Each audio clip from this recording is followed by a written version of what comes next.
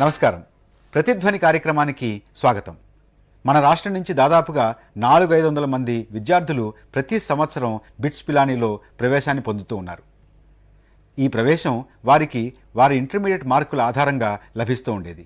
కానీ అకస్మాత్తుగా ఈ సంవత్సరం బిట్స్ పిలానీలో ప్రవేశం పొందాలంటే ప్రవేశ పరీక్షల్లో పాల్గొనాలి అనేటటువంటి నిబంధన విధించడంతో ఈ సంవత్సరం వారికి నష్టం జరుగుతుందేమో అనేటటువంటి భయాందోళనలు మన రాష్ట్రం నుంచి ఉన్నటువంటి విద్యార్థుల్లో నెలకొని ఉన్నాయి. జాతీయ స్థాయిలో ఐఐటీలో ప్రవేశం పొందాలంటే ఒక రకమైనటువంటి పరీక్ష, ఎన్ఐటీలో ప్రవేశం పొందాలంటే మరొక రకమైనటువంటి పరీక్ష, మన రాష్ట్రంలో ఎంసెట్, పొరుగు రాష్ట్రాల్లో టీసెట్, కేసెట్. అసలు ఇంజనీరింగ్ కాలేజీల్లో ప్రవేశం పొందాలంటే మనకి ప్రవేశ పరీక్షలు అవసరమా? ప్రవేశ పరీక్షలు అవసరమైతే ఇన్ని ప్రవేశ పరీక్షలు ఉండాలా అనేటటువంటి విషయాలు చర్చించడానికి మన స్టూడియోలో ముగ్గురు విద్యావేత్తలు ఉన్నారు. వారిని ముందుగా మీకు పరిచయం చేస్తాను. శ్రీ బి శివకుమార్ రెడ్డి గారు, గౌతమి విద్యా సంస్థల డైరెక్టర్, విద్యారంగంలో అనేక మార్పుల కోసం పోరాడుతున్నటువంటి వ్యక్తి. ప్రొఫెసర్ వై వెంకటరామరెడ్డి గారు, సుదీర్ఘకాలంగా Jawaharlal Nehru technological university vice ఛాన్సలర్గా పనిచేస్తున్నారు. వివిధ రాష్ట్రాల్లోని ఎంట్రన్స్ల గురించి, ప్రపంచంలోని ప్రవేశ పరీక్షల గురించి సంపూర్ణంగా అధ్యయనం చేసినటువంటి వ్యక్తి. డాక్టర్ ఎల్ రత్తయ్య గారు, విజ్ఞాన్ విద్యా సంస్థల చైర్మన్, రాష్ట్రంలో కార్పొరేట్ కాలేజీలకు నాంది పలికిన వారు, ఇంటర్లోనూ ఎంట్రన్స్లోనూ సమూల మార్పుల కోసం ఉద్యమిస్తున్నటువంటి వ్యక్తి. వెంకటరామరెడ్డి గారు, మీతో ప్రారంభిద్దాం. బిట్స్ పిలాని ఇవాళ ప్రవేశ పరీక్ష పెట్టింది. ప్రవేశ పరీక్షలు రాయనటువంటి వారు గతంలో ఇంటర్మీడియట్ మార్కులతో బిట్స్ పిలానికి వెళదాము అనుకున్నటువంటి వాళ్ళు ఈ విద్యా సంస్థను దాదాపుగా బిట్స్ పిలానికి వెళ్ళడానికి వారికి పోయినట్టే. ఐఐటీలోకి వెళ్ళాలంటే ఒక రకమైనటువంటి పరీక్ష, ఎన్ఐటీలోకి వెళ్ళాలంటే ఒక రకమైనటువంటి పరీక్ష. కొన్ని రాష్ట్రాల్లో కేవలం ఇంటర్మీడియట్ మార్కులతోటే ఇంజనీరింగ్ విద్యార్థులుగా ఇంజనీరింగ్ కాలేజీలోకి వెళ్ళేటటువంటి అవకాశం. కొన్ని రాష్ట్రాల్లో ఇంజనీరింగ్ ఎంట్రన్స్ పరీక్ష, అలాగే ఇంటర్మీడియట్. ఏమిటి ఈ అయోమయం? ఇది అయోమయం అనడం కరెక్ట్ కాదు. ఎందుకంటే ఒక స్టేట్లోనే సిలబస్ ఇంకో స్టేట్లో లేదు. సో ఇటువంటిప్పుడు మరి కామన్ ఎంట్రన్స్ టెస్ట్ మొత్తం కంట్రీకి సిలబస్ పాయింట్ ఆఫ్ వ్యూలో ఇట్స్ నాట్ కరెక్ట్. తర్వాత కాలేజెస్ పాయింట్ ఆఫ్ వ్యూలో కూడా ఇట్స్ నాట్ కరెక్ట్. అది ఒక యాంగిల్. రెండవ యాంగిల్ ఏంటంటే ఇంత పెద్ద కంట్రీకి ఒకే ఎగ్జామినేషన్ కండక్ట్ చేయటం, పర్ఫెక్ట్గా కండక్ట్ చేయటం కూడా అంత ఈజీ కాదండి. నేను 6 ఏళ్ళ నుంచి చూస్తున్నాను. నేను ఎంసెట్ కండక్ట్ చేయటం ఎంత భయంకరమైన జాబో నాకు తెలుసు. ఒక్క స్టేట్కి 1,60,000 మందికి చేయడానికే I always cross my fingers. So అటువంటిప్పుడు మీకు ఇంత పెద్ద కంట్రీకి ఇప్పుడు ప్రతిరోజు ఒక ఎగ్జామ్ జరిగిందంటే అన్నిటికంటే భయపడేది ఏంటి? లీకేజ్. ఎన్ని లీకేజ్ల మీద లీకేజ్లు జరుగుతూనే ఉన్నాయి. సో ఇంత పెద్ద కంట్రీకి మీరు ఈ ఒక ఎగ్జామినేషన్ పర్ఫెక్ట్గా కండక్ట్ చేయటం అనేది that's not at all correct. చేస్తున్నారు అంటే మరి ఐ డోంట్ నో. బట్ ఇవన్నిటిని దృష్టిలో పెట్టుకొని ఎక్కడికక్కడికి మరి స్టేట్స్ డివైడ్ అయ్యాయి కదండి. స్టేట్స్ డివైడ్ అయినాయి. దాంట్లో మరి within the same state zones ఉన్నాయి. మనకి ఎస్యూ యూనివర్సిటీ ఏరియా అంటారు, ఉస్మానియా అంటారు, ఆంధ్ర. సో మరి ఇన్ని డివిజన్స్ ఉన్నప్పుడు మరి అన్ని ఎగ్జామ్స్ కూడా తప్పదండి. రత్తయ్య గారు, ఇంత అయోమయం అనివార్యమా? అయోమయం అని చెప్పడానికి లేదండి. ఈ అమెరికాలో జిఆర్ఈ ఎగ్జామ్ అని ఉంది గ్రాడ్యుయేషన్ తర్వాత. అట్లా ఒక ఎగ్జామ్ కండక్ట్ చేద్దామనే స్ఫూర్తి వచ్చి ఉంటుంది. అందుకని ఆల్ ఇండియా ఎగ్జామ్ అని కండక్ట్ చేయటం మొదలుపెట్టారు. కానీ ఆల్ ఇండియా ఎగ్జామ్లో ఆల్ ఇండియా క్యారెక్టర్ లేదు. అది ఏంటి అంటే, ఆల్ ఇండియా ఎగ్జామ్ ఏదైనా కండక్ట్ చేస్తుంటే సిలబస్ అందరికీ సరిపడే ఉండే సిలబస్ ఉన్నాం. మనం టెస్ట్ చేసేది వాడు ఏం చదువుకున్నాడు అనే దాని మీద టెస్ట్ చేయాలి, కానీ ఏం చేయబోతున్నాడు అనే దాని మీద టెస్ట్ చేయలేం. +2 స్థాయిలో ఒక సిబిఎస్ఈ సిలబస్ ఒకవైపు, ఐసిఎస్ఈ సిలబస్ ఇంకోవైపు, ఇంటర్మీడియట్ ఆంధ్రప్రదేశ్ ఇంటర్మీడియట్ సిలబస్ ఇంకోవైపు, కర్ణాటక ఇంటర్మీడియట్ సిలబస్ ఇంకోటి, అలా రకరకాల స్టేటస్ ఉన్నాయి. కాబట్టి ఈ ఆల్ ఇండియా క్యారెక్టరే లేదు దీనికి. రెండవది, అసలు ఆల్ ఇండియా నేచరు మెరిట్ నిజంగా తీసుకురావాలి అంటే this is not a merit test at all. ఎందుకనంటే వీడు రెండోసారి, మూడోసారి, మొదటిసారి 10,000 ర్యాంక్ వస్తుంది, రెండోసారి 500 ర్యాంక్ వస్తుంది, మూడోసారి 100 ర్యాంక్ వస్తుంది. ఈ 100 ర్యాంకును మెరిట్ అని చెప్తామా? మూడోసారి చేస్తున్నాం కాబట్టి అది మెరిట్ సూచించదు. చూడటానికి అట్లా అనిపించిన 100 ర్యాంక్ వచ్చిందని, ఇది రెండోసారి వచ్చిందా, మూడోసారి వచ్చిందా, ఐదోసారి వచ్చిందా అని చూస్తే అప్పుడు కానీ కరెక్ట్గా వాడి మెరిట్. శివకుమార్ రెడ్డి గారు, మీరేమంటారు? ఆంధ్రప్రదేశ్లో న్యూటన్స్ లా చదువుకున్నా, అస్సాంలో న్యూటన్స్ లా చదువుకున్నా ఒకటే చదువుతారు. 85% మనం అన్ని సిలబస్లు దగ్గర పెట్టుకొని చూస్తే 85% సిలబస్ కామన్ సిలబసే వస్తుంది. లేకపోతే కామన్ సిలబస్ తేవాలి. ఇది ప్రభుత్వ యొక్క బాధ్యత. లక్షలాది మంది విద్యార్థుల్ని ఈ విధంగా సఫర్ చేయడం మంచి పద్ధతి కాదు. ఇది విద్యార్థుల్ని మానసికంగా ఒత్తిడి కలగజేయటమే కాకుండా తల్లిదండ్రులకు ఆర్థికంగా కూడా ఒత్తిడి జరుగుతుంది. దీన్ని దృష్టిలో ఉంచుకొని 1986లో నేషనల్ టెస్టింగ్ సర్వీస్ ఉండాలి అన్నారు.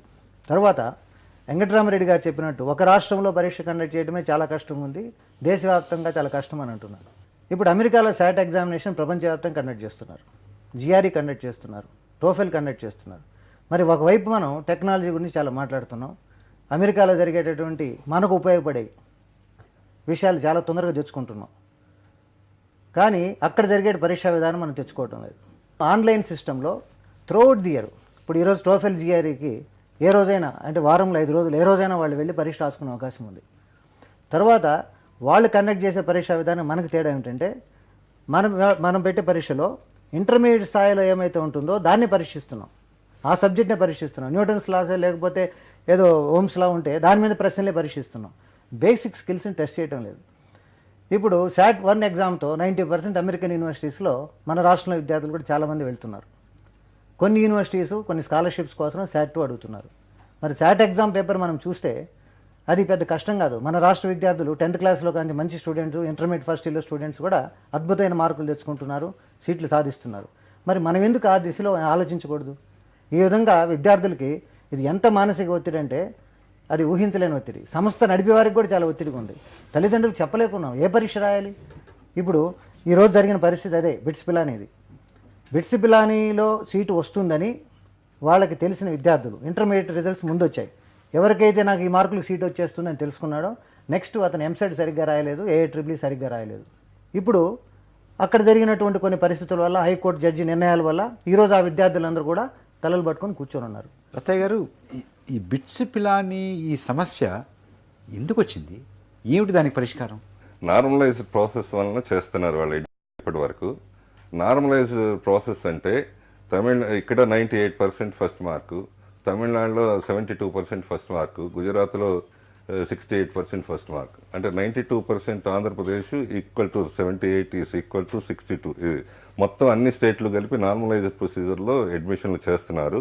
25 ఏళ్ల నుంచి ఈ ప్రొసీజర్ వలన తీసుకున్న ఇన్పుట్ వాళ్ళకి చాలా బ్రహ్మాండమైన ఫలితాలు వచ్చాయి.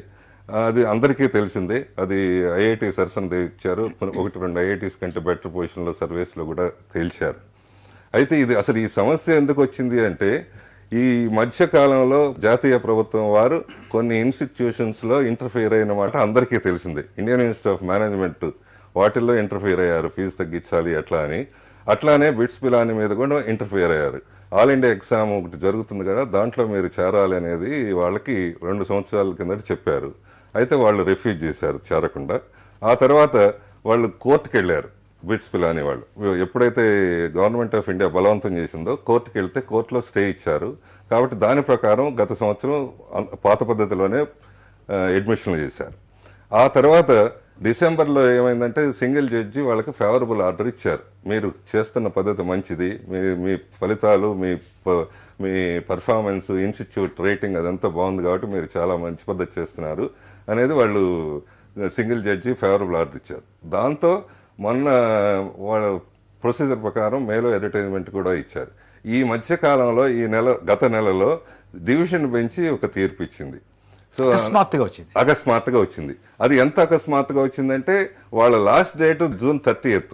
దానికి ఒక 5 రోజుల ముందు వీళ్ళకి బిట్స్ పిల్ అనే వాళ్ళకి తెలిసింది. అంటే జడ్జిమెంట్ రావడం 12వ 13వ తారీఖు వచ్చింది, కానీ బిట్స్ పిల్ అనే వాళ్ళకి మొత్తం అదంతా స్టడీ చేసేసరికి చివరి రోజుకి ఒక 4 రోజుల ముందుకి వరకు అప్పటికే తెలిసింది. అప్పుడు అనౌన్స్మెంట్ ఇచ్చారు. పిల్లలు ఒక్కసారిగా ఇబ్బంది పడతా ఉన్నారు. వెంకటరామరెడ్డి గారు, మనం 12 సంవత్సరాలు ఒక విద్యార్థిని ఒక విద్యాలయాల్లో మంచి విద్యాలయాలు, రత్తయ్య గారు నడుపుతున్నారు, వీరు నడుపుతున్నారు, అందరూ నడుపుతున్నారు, అంత మంచి విద్యాలయాల్లో వాళ్ళని తయారు చేసి పట్టుకొచ్చి పెట్టిన తర్వాత వీరు పరీక్ష రాసి ఇంటర్మీడియట్లో తెచ్చుకున్నటువంటి మార్కులకి ఏమాత్రం సంబంధం లేకుండా మళ్ళీ నేను ప్రవేశ పరీక్ష పెడతాను అని అంటే, కొన్ని చోట్ల ప్రవేశ పరీక్షలో చాలా మంచి ర్యాంక్ వచ్చిన వాళ్ళు ఇంటర్మీడియట్లో ఫెయిల్ అవుతున్నారు. ఇంటర్మీడియట్లో బాగా మంచి మార్కులు వచ్చినటువంటి వారు అందులోనేమో 15,000, 20,000, 30,000, 40,000 వచ్చేటటువంటిది. ప్రవేశ పరీక్ష అనేది అవసరం అండి. ఎందుకంటే మీకు మన సుప్రీంకోర్టు జడ్జిమెంట్ కూడా ఒకటి ఇచ్చారు. ఇంటర్మీడియట్ మీ సబ్జెక్టివ్ టైప్ ఆఫ్ ఎగ్జామినేషన్ పెట్టినప్పుడు హ్యూమన్ ఎలిమెంట్ వస్తుంది. హ్యూమన్ ఎలిమెంట్ వచ్చినప్పుడు there is error, possibility for error is very much there. అక్కడ చాలా I'm a victim of that type of human evaluation. మీరు అదే ఇప్పుడు ఇక్కడైతే కంప్యూటర్, ఇప్పుడు మాకు కొన్ని వేల మంది రీకౌంటింగ్ అప్లై చేశారండి, ఒక్కరు కూడా ర్యాంక్ మారలేదు. ఒక్కరు కూడా, నాట్ ఈవెన్ 1 ఫెలో కూడా. ఎవడో 4-5 వాళ్ళు కోడ్ నెంబర్ తప్పేసిన వాడికి మారింది తప్ప కంప్యూటర్ మిస్టేక్ వల్ల ఒక్కడికి కూడా మారలేదు. But you can't give the same quality if it the valuation is done by a human being. కాకినాడలో ఒక విద్యార్థికి 180వ ర్యాంక్ నుంచి 8వ ర్యాంక్ వచ్చాడండి. నేను మీకు చెప్తాను దానికి. ఎందుకంటే మేము వాడి ప్రాస్పెక్టస్ నుంచి ప్రతి చోరీ చెప్తున్నాం హెచ్బి పెన్సిలే వాడండి అని అంటే హెచ్బి పెన్సిల్ వాడలేదు. పెన్సిల్ ఎందుకంటే పెన్నే పెట్టొచ్చు కదా. మీకు అసలు పెన్ను కరెక్టే, పెన్ను పెట్టామనుకోండి వాడు రేపు పొద్దున ఆన్సర్ మార్చుకోవాలి. ఎలా మార్చుకుంటారు? అదర్ ఎగ్జామ్స్ అరే వాడికి అట్ట కాదండి, వాడికి ఆప్షన్ ఉండాలి. ఆన్సర్ అవును, ఎందుకు ఉండకూడదు? ఈ దేశంలో ఎవరికి లేదు, అందరూ పెన్తోనే చేస్తారు. అని పెన్నుతో మీరు ఎవడో చేస్తున్నాడు కదా. మీరు ఒకటి ఆలోచించండి. ఇప్పుడు పెన్సిల్ తో రాస్తాడండి, last minute he will recognize what I have written is not correct అనుకుంటాడు, వాడు ఎరేస్ చేస్తాడు, ఇంకోటి పెడతాడు. You should give him option till the last minute.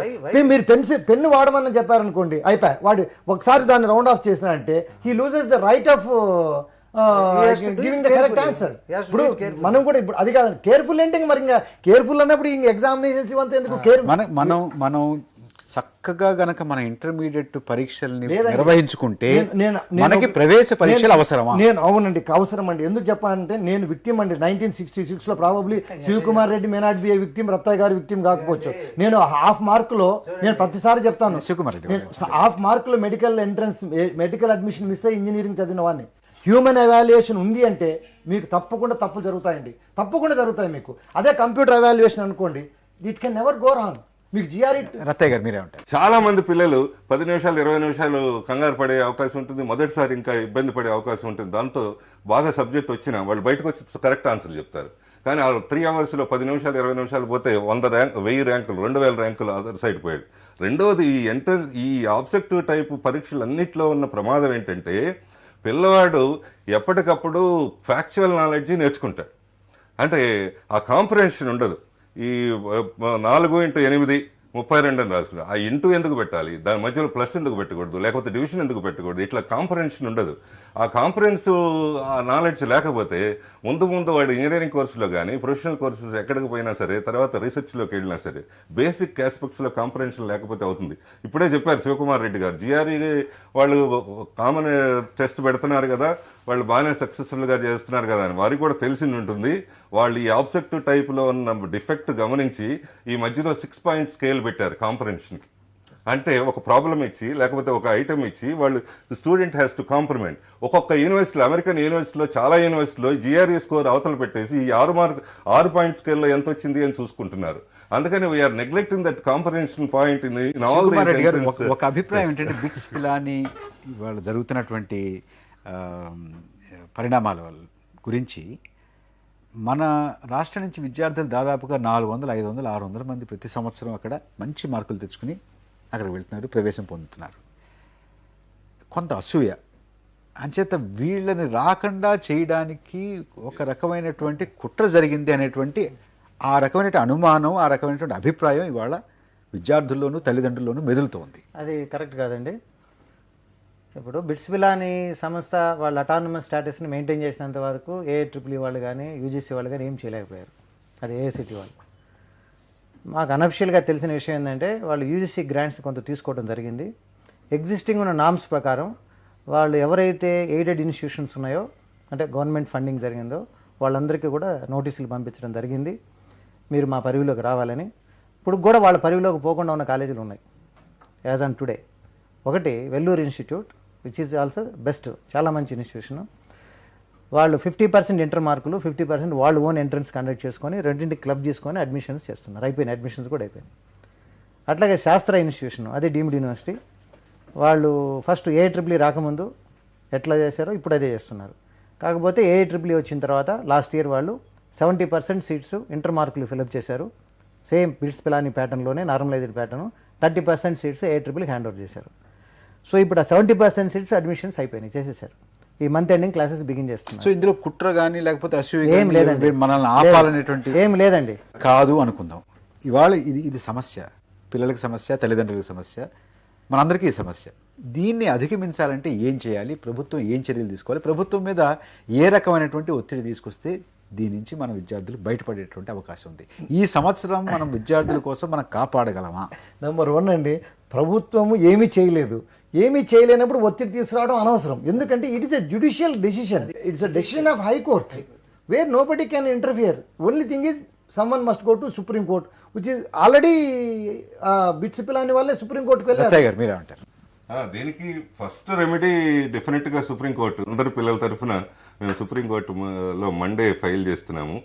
So ఒక 4-5 రోజుల్లో తీర్పు అవ్వచ్చు. అంటే మా ప్లీ ఏంటంటే దాంట్లో ఇది లీగలా ఇల్లీగలా లేకపోతే దానికి అనుబడి ఉందా లేదా, ఏ లీగల్ గా ఎవరు రైట్ ఎవరు తప్పు అనే దానికంటే ఈ సంవత్సరం పిల్లలకి ముందుగా తెలియదు కాబట్టి వాళ్ళకి అన్యాయం జరగటం మంచిది కాదు అని ఈ సంవత్సరం పిల్లలకి ముందు రిలీఫ్ కావాలనే ఉద్దేశంతో వీఆర్ ఫైలింగ్ ద యాక్చువల్గా హైకోర్టు కూడా అలాంటి జడ్జిమెంట్ ఇచ్చిండొచ్చండి. ఆల్రెడీ ప్రాస్పెక్టస్ లో మీరు ఇంటర్మీడియట్ మార్క్స్ మీదనే మేము అడ్మిషన్ చేసుకుంటాము అని డిక్లేర్ చేశారు కాబట్టి ఈ సంవత్సరానికి మీరు కంపల్సరీగా ఇంటర్మీడియట్ మార్క్స్ మీదనే ఇవ్వాలి. నెక్స్ట్ ఇయర్ నుంచి కావాలంటే మీరు ఏఐట్రిపుల్ అని ఇచ్చుంటే సరిపోయింది. రత్తయ్య గారు, మీరు అడిగారు కాబట్టి చెప్తున్నాను, కానీ అది కొంత ఉంది. అంటే నేను ఈ ప్లాట్ఫామ్ ఏముంది, ఇది నార్త్ ఇండియా సౌత్ ఇండియా వివక్షత కొంత వచ్చింది. అది అంటే ఈ ప్లాట్ఫామ్ మీద చూడటం, ఎవిడెన్స్ తో చూడటం అంత మంచిది కాదు. ఉన్నటువంటి ఆందోళన గత 2 సంవత్సరాల నుంచి కూడా ఏం జరుగుతుందంటే ఓల్డ్ స్టూడెంట్స్ బిట్స్ అల్లియమని వీళ్ళందరూ ఆంధ్రప్రదేశ్ వాళ్ళు, తమిళనాడు వాళ్ళు ఇక్కడ మాత్రమే ఎక్కువ 90% చదువుకోవటం ఏంటి, ఇది అంతా స్ప్రెడ్ అవ్వాలి కదా అని రాజస్థాన్ ఇంట్లో గవర్నమెంట్ సర్కిల్స్ లో ఉంది. Old students bits Pilani alumni ఉంది, తర్వాత కొంత సర్కిల్స్ లో ఉంది. సో అది ఇంతకుముందు హెచ్ఆర్డి మినిస్ట్రీలో చాలా కీలకమైన వ్యక్తులు చాలా అంటే ఇంత గవర్నమెంట్ కేసుని ఇంత స్ట్రాంగ్ గా జస్ట్ 4 రోజులు 10 రోజుల ముందు తీసుకొచ్చారంటే ఇది అర్థం చేసుకోవచ్చు ఎంత లాబీ వర్క్ అవుతుందో దానికి. ఒకటి మనం వాళ్ళని రెచ్చగొట్టామని కూడా అనుకోవచ్చు. అది అవ్వచ్చు, అంటే ఎక్కువ మంది పిల్లల్ని పంపించేసి. అంటే ఇప్పుడు నాకు ఇదే ఫోరం మీద చెప్పగలను, గత 2 సంవత్సరాల నుంచి ఎక్సెస్గా అక్కడికి వెళ్ళిన విద్యార్థులు వాళ్ళు సరైన స్థాయిలో లేకుండా ఉండటం కూడా జరుగుతుంది. అంటే అప్పుడు బిట్స్ పిలాని వాళ్ళు ఏమిటి ఇది అని మళ్ళీ సెకండ్ టైం రీథింకింగ్కి వచ్చి వాళ్ళ టీమ్స్ ఇక్కడికి వచ్చి స్టడీ చేసి, అంతకుముందు 2 years మార్క్స్ తీసుకునేవాళ్ళు ఇప్పుడు సెకండ్ ఇయర్ మార్కులు తీసుకుంటామని ఈ సంవత్సరం అమెండ్మెంట్ చేశారు. కొంతమందికి ఇంటర్మీడియట్లో మార్క్స్ ఏదో మ్యానిపులేట్ చేసుకుని, but their number is very less. మొన్న బిట్స్ పిలాని వాళ్ళు జేఎన్టీకి వచ్చారండి.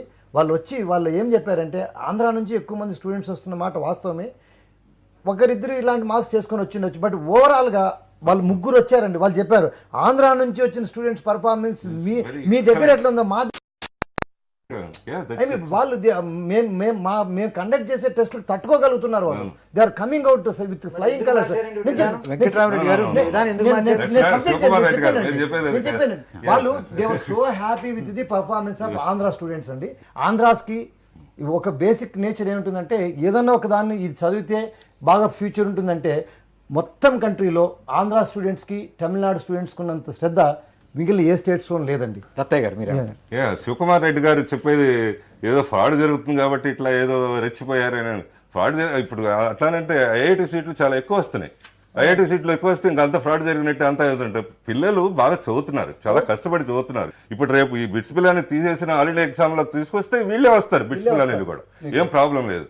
వీళ్ళు అనుకున్నట్టు లేకపోతే కొన్ని కాలేజీలు చెప్తున్నట్టు లేకపోతే కొంతమంది అనుకున్నట్టు ఇక్కడ ఆంధ్ర పిల్లలు వెళ్ళి బిట్స్ పిల్లలు తక్కువ అవటమో లేకపోతే వాళ్ళ పర్ఫార్మెన్స్ బాగా లేకపోవటమో లేకపోతే వెనక్కి తిరిగి రావటం, నాట్ ఈవెన్ 1% అండి. If there is 1%, I'm not fit to be an educationist or I can't run the college. Intermediate performance బాగా ఉన్న వాళ్ళే అన్ని ఎంట్రన్స్ ఎగ్జామినేషన్స్ లో కూడా మంచి ర్యాంక్స్ వచ్చాయి. ఇంకా అలాంటప్పుడు మళ్ళీ మనం ప్రవేశ పరీక్షలు అని చెప్పి వాళ్ళని కోచింగుల్లో పెట్టి మరొక చోట పెట్టి వాళ్ళు పైగా ఒకటి కాదు 5-6 కోచింగులు 5-6 ప్రవేశ పరీక్షలు పెట్టి దీంట్లో ఇంకొక యాంగిల్ ఉందండి, కొత్త యాంగిల్ ఉంది. అదేంటంటే ఇన్ని కోచింగ్ పరీక్షలు ఇంత ఇప్పుడు ఏ కాలేజీలైనా కార్పొరేట్ కాలేజీలు కానీ అందరూ ఎందుకు వస్తున్నామంటే ఎంట్రన్స్ ఏదో చెప్తున్నామని. వీళ్ళందరూ ఎక్కడి నుంచి వస్తున్నారంటే 80% రైతుల ఫ్యామిలీ నుంచి వస్తున్నారండి. వాళ్ళు అప్పు చేస్తుంది పంటల పండగ కాదు, లేకపోతే నీరు రాక కాదు, అప్పులు చేస్తుంది ఈ పిల్లల చదువు కోసం అప్పు చేస్తున్నారు. ఏదో ఒక పరీక్ష పెడితే ఆ పరీక్ష బేసిస్ సీట్లు ఇస్తామంటే బ్రహ్మాండంగా this is the social aspect. ఎవడు సాంఘికంగా పరంగా వచ్చింది, ఎవరు రైస్ చేయలేదు. నిజానికి ఇది ఎంతమంది స్టాటిస్టిక్స్ తీసుకుంటే 80% 40,000 35,000 కట్టాల్సి వస్తుంది. 35,000 అంటే 10 ఎకరాలు 20 ఎకరాలు ఉన్నవాడికి కూడా చాలా దారుణం. ఏదో ఒకటి పోనీ ఎంట్రన్స్ పెట్టమనండి, ఎంట్రన్స్ కాన్ఫరెన్స్ గా పెట్టమనండి, లేకపోతే ఈ మార్కులు తీసుకోమనండి, కాన్ఫరెన్స్ ఒకటే తీసుకోమనండి. ఇంటర్మీడియట్ లో మరి ఇందాక శివకుమార్ అక్కడక్కడ జరుగుతున్నాయి. ఎంట్రన్స్ వల్ల you can totally eliminate that, ఆ ఫ్రాడ్ ని ఎలిమినేట్ చేయొచ్చండి. నంబర్ 1. నంబర్ 2 ఏంటంటే రిలేటివ్ మెరిట్ ఎప్పుడు కూడా మీకు ఇలాంటి కామన్ ఎంట్రన్స్ టెస్ట్లోనే బయటపడుతుంది, కానీ అబ్సల్యూట్ టెస్ట్లో ఎప్పుడు బయటపడదు మీకు. That is one. కాబట్టి కామన్ ఎంట్రన్స్ టెస్ట్ మీరు ఒకటి కామన్ ఎంట్రన్స్ టెస్ట్ వద్దు అంటారండి. ఓకే, ఒకటి ఇవాళ జరుగుతున్నటువంటి అఖిల భారత స్థాయిలో జరుగుతున్నటువంటి ప్రవేశ పరీక్షల యొక్క ప్రమాణాలు, అది నిర్వహించేటటువంటి తీరు, దాని గురించి ఏమిటి చూడండి, అఖిల భారత స్థాయిలో జరిగే ఎగ్జామినేషన్స్ గురించి నేను చెప్పనండి, ఎందుకంటే అది నాకు తెలియదు, నేను కండక్ట్ చేయడం లేదు. మీకు తెలియదండి, చూడటం వేరు. I can't comment what is going on. I know what is happening with AIEEE, but కానీ ఐ కెనాట్ కామెంట్. మీకు నేను ఎంసెట్ వరకు ఐఎమ్ అథారిటీ అండి. శివకుమార్ రెడ్డి గారు మీరేమంటారు? ఆల్మోస్ట్ అన్ని ఎగ్జామ్స్ ఎంతో కొంత మ్యానిపులేషన్ జరుగుతుందండి, ఇది వాస్తవం. ఇది మనం దాచిపెట్టుకుంటే దాంట్లో ఏం లేదండి. నేను ఎంసెట్ నేను 6 ఏళ్ళు ఒక్కరికి కూడా ఒక్క ఛాన్స్ కూడా ఇవ్వలేదండి. Let me be very honest. Shivakumar Reddy గారికి ఉండొచ్చు, నేను ఛాలెంజ్ చేస్తాను. నిన్న మీరు 152 ర్యాంక్ 8 అన్నారు కదా, అది మా తప్పు కాదు. అది కాదండి. ఇప్పుడు నేను ఒకటి ఎందుకంటే ఇప్పుడు వెంకటరామరెడ్డి అంత గట్టిగా మాట్లాడినప్పుడు మేము కూడా ఒక విషయం ముందుకు తీసుకురావాలి. ప్రభుత్వాన్ని నిష్పక్షపాతంగా జ్యుడిషియల్ కమిటీ కాన్స్టిట్యూట్ చేయమనండి, స్టడీ చేయమనండి. 10th క్లాస్ స్టూడెంట్ పెర్ఫార్మెన్స్ ఏమిటి, ఇంటర్మీడియట్ తీసుకోవాలి. ఉండండి నేను చెప్తాను సార్. 10th క్లాస్ పెర్ఫార్మెన్స్ ఎంత ఒక స్టూడెంట్ది, ఇంటర్మీడియట్ పెర్ఫార్మెన్స్ ఏంటి, ఎంసెట్లో ర్యాంక్ ఏమిటి? కరెక్ట్ అనాలిసిస్ కాదండి. ఎప్పుడు కూడా 10th క్లాస్ ఇంటర్మీడియట్, ఇప్పుడు నేను ఫర్ ఎగ్జాంపుల్ ఒక స్టూడెంట్ 10th ఇంటర్మీడియట్ వరకు బాగా చదువుతాడండి, ఏ ఇంజనీరింగ్లోనో మెడికల్లో సీట్ వస్తుంది, వాడు రిలాక్స్ అవుతాడు. ఎన్నో కేసెస్ నేను చూశానండి. ఎవరో ఎందుకు, I'm an example of that. ఆయన ఎవరు, నేను I was top ranker in my school, in higher secondary everything. నేను అనంతపూర్ ఇంజనీరింగ్ కాలేజ్లో చేరినప్పుడు I was third among the all people are admitted అండి. బట్ నేను I lost my track in first year and second year, third ఇయర్లో realize అయ్యాను నేను. So కాబట్టి మీరు ఫస్ట్ 10th క్లాస్ ఇంటర్మీడియట్లో జరిగిందే త్రూఅవుట్ ది కెరీర్ ఉండాలి. There are so many reasons అండి. ఇప్పుడు నేను చెప్పే స్టేట్మెంట్ యాక్సెప్ట్ చేయమని నేను చెప్పడం లేదు. నేను చెప్పేది ఏంటి, స్టడీ చేయండి. మరి మార్పు అనేది 30 సంవత్సరాలలో మనం ఏమి మార్పు లేకుండా అదే ఎందుకు ఉండాలి? మరి మనం కమిటీ వేయండి, స్టడీ చేయండి, దాని రియాలిటీస్ ఫైండ్ అవుట్ చేయమని నేను అడుగుతున్నాం. రత్తయ్య గారు, దాంట్లో నేను ఇది పెద్ద స్టడీ చేయకుండా నేను ఆన్సర్ చేయగలనండి. ఎందుకంటే నేను ఒకవైపు స్కూల్స్ నడుపుతున్నాను, రెండో వైపు ఇంటర్మీడియట్, మూడో వైపు ఇంజనీరింగ్. మొత్తం స్ట్రీమ్ అంతా తెలుసు ఏం జరుగుతుందో. సో శివకుమార్ రెడ్డి గారు చెప్పినట్టు కోరిలేషన్ రావాలి 10th క్లాస్కి, ఇంటర్మీడియట్కి, ఇంజనీరింగ్ అని అంటున్నారు వారు. కానీ మధ్యలో ఆయన రియలైజ్ అవ్వాల్సిందంటే 100 ర్యాంక్ వస్తుంది, అది 3వ అటెంప్ట్ చేసినప్పుడు వస్తుంది. వాడు ఇంజనీరింగ్ లో మళ్ళీ ఈ కాంట్ ఫేర్ వెల్. ఫస్ట్ టైమే 100 ర్యాంక్ వస్తే he'll fare well. So second time, third time వచ్చిన వాడు కొంచెం బ్రాంచీ కాలేజ్ అయితే మంచి చోటే ఉంటాడు, కానీ వాళ్ళ పర్ఫార్మెన్స్ అంతగా ఉండదు. ఇంటెలిజెంట్ కాదు. సో అందుకని కోరిలేషన్ కుదరదు. అది పెద్ద స్టడీ చేసేది ఏం లేదు. మీకు ఇంకోటి చెప్తాను, అట్లా అని చెప్పి you cannot stop a student to write the examination third time. Judicially it's not correct. Judicially నేను రాసుకుంటానంటాడు. ఇంకొక విషయాన్ని, ఎక్కడ రాసినా ఎక్కడ చదువుకున్నా కూడా ఆ ఎంట్రన్స్ ఎగ్జామినేషన్ రాసేటప్పటికి అందులో వెళ్ళేటటువంటి వాళ్ళది ఇంచుమించుగా ఒక రకమైనటువంటి స్థాయి ఉండేటట్టుగా మనం ఉండేటటువంటి అవసరం ఉంది. ఈ దిశలో మనం చేయాలంటే ఏ చర్యలు తీసుకోవాలి రత్తయ్య గారు? ఇది నేను 2 సంవత్సరాల కిందట చెప్పానండి ఇదే ప్లాట్ఫామ్ మీద, ఈటీవీ వారి దగ్గరే. కానీ గవర్నమెంట్ మాత్రం 2 సంవత్సరాల నుంచి నిద్రపోతుంది. ఇది కామన్ ఎంట్రన్స్ కి, ఆల్ ఇండియా కామన్ ఎంట్రన్స్ కానీ, లేకపోతే మొత్తం ఏదో ఒక కామన్ ఎంట్రన్స్ దిశగా పోతుంది కూడా. అందుకని మన సిలబస్, ఆ కామన్ ఎంట్రన్స్ లో ఏ సిలబస్ అయితే పెట్టారో ఆ సిలబస్ ముందు పెట్టేసేయండి 10th క్లాస్లోను, ఇంటర్మీడియట్లోను. అది ఫస్ట్ థింగ్ గవర్నమెంట్ నుంచి చేయాల్సింది. ఈ నేషనల్ లెవెల్లో నేషనల్ స్ట్రీమ్ ఎట్లా ఉంది, ఏ ఉంది, ఎట్లా పోతుంది, ఏ చాప్టర్లు పెట్టారు, ఏ సబ్జెక్టులు ఏం పెట్టారు అనేది ఆ లెవెల్లో కనుక ముందు 10th class intermediate syllabus first మార్చాలండి. మార్చిన తర్వాత అది మళ్ళీ ఇంకోసారి డిసైడ్ చేయాలా. బోర్డు ఇచ్చే మార్కులు మొత్తం తీసేయటమా, లేకపోతే కొన్ని కలవటమా, లేకపోతే ఎంట్రన్స్ ఎగ్జామ్ మార్కులు మాత్రమే తీసుకోవటమా. ఒకవేళ ఎంట్రన్స్ ఎగ్జామ్ మార్కులు మాత్రమే తీసుకోదలిస్తే this is not the type of entrance required. ఈ ఎగ్జామ్ స్క్రీనింగ్ టెస్ట్ కాబట్టి ఇంకొకటి దాంట్లో నుంచి సెలెక్ట్ చేసి 1:10 రేషియో లేకపోతే 1:5 రేషియో సెలెక్ట్ చేసి అప్పుడు కాంఫరెన్స్ టెస్ట్ పెట్టాలి. అంటే ఒకవైపు వాడి అక్యురసీ ఆఫ్ నాలెడ్జ్ తెలియాలి, రెండో వైపు కాంప్రహెన్షన్ ఉందా లేదా తెలిసేటట్టు ఒక కాంప్రహెన్సివ్ ఎగ్జామ్ నేషనల్ లెవెల్లో కానీ లేకపోతే రీజనల్ లెవెల్లో, అది నేషనల్ లెవెల్ ఒకే ఎగ్జామ్ పెట్టక్కర్లా, ఈ 3 స్టేట్లు కలిపి ఒక రీజనల్ ఎగ్జామ్ పెడతారు, లేకపోతే ఇంకో 3 స్టేట్లు కలిపి ఇంకో రీజనల్ ఎగ్జామ్ పెడతారు. That should be a standardized exam. Venkataramareddy గారు మీరేమంటారు? కామన్ ఎంట్రన్స్ ఎగ్జామినేషన్ మీకు డిస్కషన్ వరకు చాలా అందంగా ఉంటుందండి. అది ఇండియన్ కాంటెక్స్ట్లో ఎప్పుడు ఇంపాసిబుల్. ఎందుకంటారా, యూ హ్యావ్ అటానమీ. ఐఐటీస్ ఉన్నాయండి, ఐఐటీస్ మీకు ఎప్పుడు కామన్ ఎంట్రన్స్ ఎగ్జామినేషన్ ఒప్పుకోరు. వాళ్ళు మా టెస్ట్ మాకు కావాలంటారు, ఎన్ఐటీస్ మా టెస్ట్ మాకు కావాలంటారు. సో కాబట్టి ఇప్పుడు మీరు కామన్ సిలబస్ అన్నప్పుడు మీరు అన్ని ఇన్స్టిట్యూషన్స్ని కన్విన్స్ చేయగలగాలి. అన్నీ మొత్తం మీరు ఈ టెస్టే తీసుకోండి అని చెప్పి సంబడి ఫోర్స్ చేయాలి. ఫోర్స్ చేస్తే legally it is not valid. ఎందుకంటారా, they are all autonomous bodies. You can't force something on IIT or NIT. Next ఇంకో పాయింట్ ఏంటి, నెక్స్ట్ 2 స్టేజెస్ లో ఇంకోటి 2 స్టేజెస్ అన్నారండి. 2 స్టేజెస్ లో కూడా మీకు ఎగ్జాంపుల్ చెప్పాలి. అది బాగానే ఉంటుంది. ఎప్పుడు బాగుంటుంది, ఆ కాంప్రహెన్షన్ పర్ఫెక్ట్ గా వాల్యుయేషన్ చేయగలిగితే బాగానే ఉంటుంది. 96లో అండి, ఇఫ్ ఐ రిమెంబర్, మనం పర్ఫెక్ట్ గా వాల్యుయేషన్ చేయలేము. చెప్పేదండి, ఐఐటి వాళ్ళు చేస్తున్నారు కదండి పర్ఫెక్ట్ గా వాల్యుయేషన్. 10,000 మందికి చేస్తున్నారు కదా, 10,000 మంది 15,000 మందికి చేస్తున్నారు. 1,00,000 మంది చేయడానికి మల్టిప్లై 96లో ఎంసెట్ కూడా కాంప్రహెన్షన్ టైపే ఇంట్రొడ్యూస్ చేశారు. దయారత్నం గారు ఐఐటి నుంచి వచ్చి జేఎన్టీయూసీగా ఇంట్రొడ్యూస్ చేశారు. Miserable flop. ఎందుకంటే ఒకటికి మార్కులు ఒకటి విధంగా వాడిని 3ని బట్టి ఇచ్చుకుంటూ పోయాడు. ఇప్పుడు జాయింట్ ఎంట్రన్స్ ఎగ్జామినేషన్ ఐఐటికి అందరూ గొప్పగా ఉందని ఎందుకు అనుకుంటున్నారంటే లోపల ఏం జరుగుతుందో ఎవరికి తెలియదండి. వాడు ఇచ్చిన ర్యాంక్ని అందరూ యాక్సెప్ట్ చేస్తున్నారు. మా కర్మ ఎంసెట్ ఏంటంటే మాకు ఒక హైకోర్టు జడ్జిమెంట్ ఉంది, మీరు ఇనిషియల్ కీ రిలీజ్ చేయండి, ఫైనల్ కీ రిలీజ్ చేయండి, టోటల్గా వాడిని ఓఎంఆర్ షీట్ వాడిని ముందు పెట్టండి, ఎవ్రీథింగ్ పబ్లిక్ ముందు పెట్టాలి. ఇలాంటి రిస్ట్రిక్షన్ ఇండియాలో ఏ ఎంట్రన్స్ ఎగ్జామినేషన్కి లేదు, ఒక ఎంసెట్కి తప్ప. మీకు కే సెట్కి లేదు, టీ సెట్కి లేదు, జేఈకి లేదు, ఆల్ ఇండియా ఇంజనీర్ దేనికి లేదండి. వాడు ఇస్తాడు, దిస్ ఈజ్ యువర్ ర్యాంక్ అంటే యూ హ్యావ్ టు యాక్సెప్ట్. మరి ఓకే. శివకుమార్ రెడ్డి గారు, ఇప్పుడు ఏ రాష్ట్రానికి ఆ రాష్ట్రానికి వాళ్ళ పద్ధతులు ఉన్నాయండి, మనం అట్లా కంపేర్ చేసుకుని దానికి లేదు. పక్క రాష్ట్రంలో ఎంసెట్ ఓఎంఆర్ షీటు కింద కాపీ అది కార్బన్ కాపీ ఇచ్చేస్తారు. కొన్ని రాష్ట్రాల్లో క్వశ్చన్ పేపర్ కూడా ఇచ్చేస్తారు, ఆన్సర్ షీట్ వేసుకొని. మనం అవన్నీ చేయటం లేదు. కాబట్టి అక్కడ వాళ్ళు ఎందుకు పెట్టారో వీళ్ళు ఎందుకు పెట్టారో వీటన్నిటి మీద ఒక చర్చ జరగాలి. ప్రభుత్వం అనుకుంటే ఏదైనా సాధించవచ్చు. అటానమస్ అనేది ఎవరు, వాటి పర్మిషన్ ఇచ్చింది ఎవరు? ప్రభుత్వమే. ప్రభుత్వాన్ని దాటిపోయి ఏది లేదు మన దేశంలో. సో ప్రభుత్వం ఈ కాన్స్టిట్యూషన్లో ఎన్నో మార్పులు చేస్తుంది, వాళ్ళకి అనుకూలంగా ఎన్నో చేసుకుంటున్నారు. విద్యార్థుల యొక్క వెల్ఫేర్ని దృష్టిలో పెట్టుకొని తీసుకోవాల్సిన నిర్ణయం అండి, కామన్ సిలబస్ చేయాలి. ఇంజనీరింగ్ చదువుకోవడానికి జాతీయ స్థాయిలో ఒకే ప్రవేశ పరీక్ష ఉండడం వాంఛనీయం. ప్రభుత్వం, విద్యావేత్తలు వారి యొక్క దృష్టిని సారించాల్సినటువంటి అవసరం ఉంది. ఇంజనీరింగ్ విద్య, ప్రవేశ పరీక్షల తీరుతెన్నులు అనేటటువంటి అంశం మీద చర్చని ఇంతటితో ముగిద్దాం.